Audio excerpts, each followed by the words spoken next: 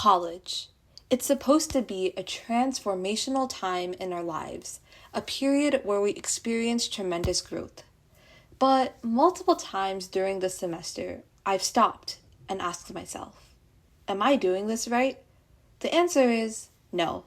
So that's what this video is about. Hi everyone, Happy New Year! My name is Serena and welcome back to yet another video on my YouTube channel, Serena Gi Kahani. I recently finished my first semester of college. I go to Johns Hopkins University and I study biomedical engineering.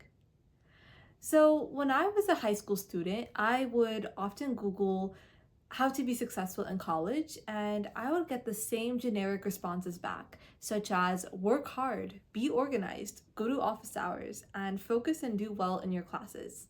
So I went in with the same mindset into college, and it wasn't really enough. And I found that there were definitely some things I was missing. So in this video, I'll be reflecting on my first semester of college, but with the lens of what you should not do. So without further ado, let's get started. Number 1. Don't think that the smartest person in the room is the one with the highest grades. Grades are important, but they're not everything. A GPA can break you, but it can't make you. And this is in the context of applying for jobs, internships, or grad school. Instead, smartness stems not from necessarily the grades we get, but from our ability to apply knowledge to interesting and unique situations. In other words, smartness comes from what we do outside of our classes. This truly sunk in during my experience with Introduction to Psychology. I had signed up for this class because 1, I thought it would be a nice humanities class to take as I was transitioning into college, and 2, because it covered interesting topics such as how we perceive the world, animal cognition, and my personal favorite, decision making. And what especially excites me about psychology is that we know what we know about the field because of countless experiments and research. Being a psychologist, or any scientist for that matter, involves drawing insights from what has already been done in the past and applying it to something new and contributing to the current body of knowledge. Our test for that class couldn't be any further from reflecting this truth. Worth 75% of our grade, they relied on our ability to memorize minute details from reading and lecture. A lot of people excelled in this area with moderate effort, and by the end of the second exam, 60% of the class had an A. Spoiler alert, I was not one of these people, and I felt really bad about it because, well, my brain is not built for memorization, I guess. As I spent hours poring over transcripts of the psychology lectures I recorded and tried to deliver them to the empty wall of my dorm room, I didn't feel any more intelligent. Thus, even though I did not achieve stellar grades in psychology, I don't feel less smart. And even when I did score well on the final exam, I didn't feel smarter after that either, which is in stark contrast to my thinking in high school. The feeling of obtaining an A is fleeting. It feels monumental in the moment, but in the long term, it's not really indicative of learning or intelligence. Number 2, don't only focus on classes.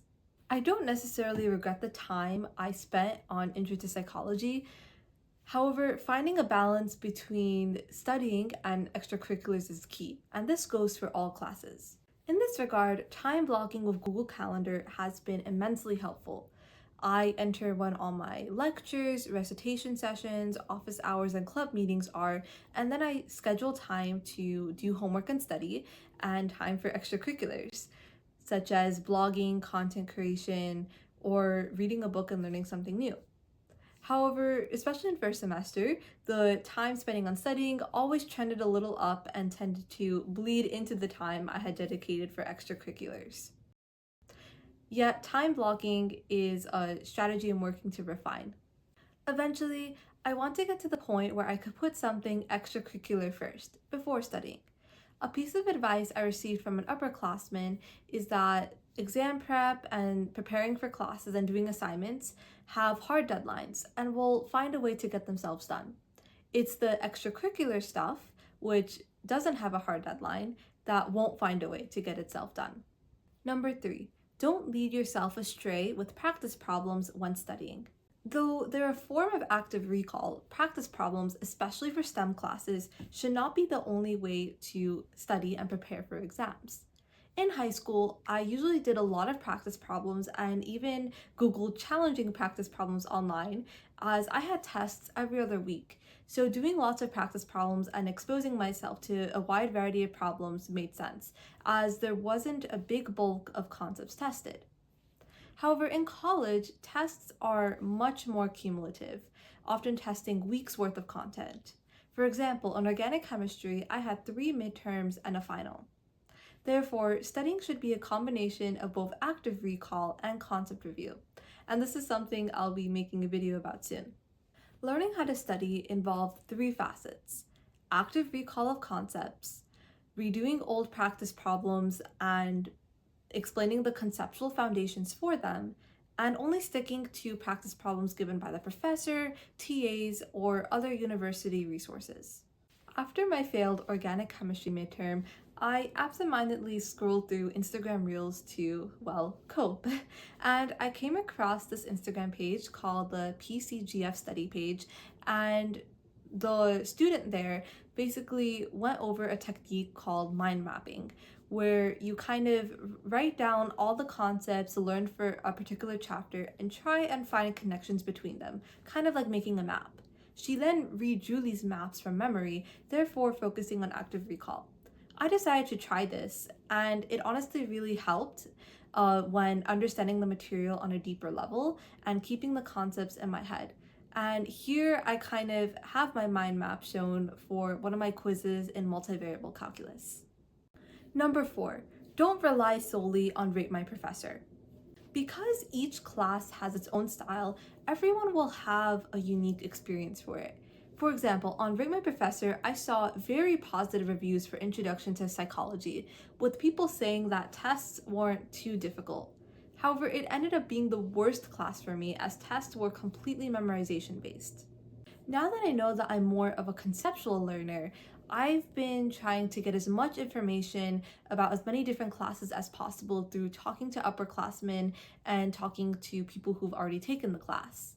So this way, I could register for classes that reflect that style of learning. Just because a class is easy for someone else, it doesn't mean it'll be easy for me. Number 5, and last but not least, don't stress too much. Yes, we all know that stress is bad for our health and takes away from our happiness. Yet, I stress about the things I care about. I care about doing well in my classes, so I will naturally stress about it. Likewise, I care about my blog, so if something goes wrong with it or if I feel I'm not making enough progress, I will also stress about that. In high school, my approach was to try and eliminate stress entirely, which often didn't work, and I'm now realizing that this isn't possible because to not stress would be to not care. An upperclassman told me that stress shouldn't prevent us from having fun. Stress is prevalent, so the best that I could do is keep it at a reasonable level. In addition, stressing about individual grades isn't worth it. In fact, the scores I received on my first round of midterms doesn't actually matter now. Instead, I've been trying to channel my worry and stress into improvement.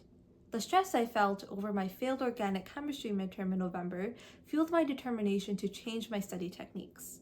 And the stress I felt over the pressures and demands of school fueled my resolve to invest more time into extracurricular pursuits and hobbies, ultimately putting me on the path to find balance in college. I would like to thank you all for watching, and I hope those don'ts, I guess we'll call them that, were somewhat insightful. And quite honestly, reflecting on my first semester through this video felt quite refreshing and it was actually really peaceful. So again, I would like to thank you all for watching, and if you liked it, please give a thumbs up and subscribe to my channel. Thank you all for tuning in, and bye!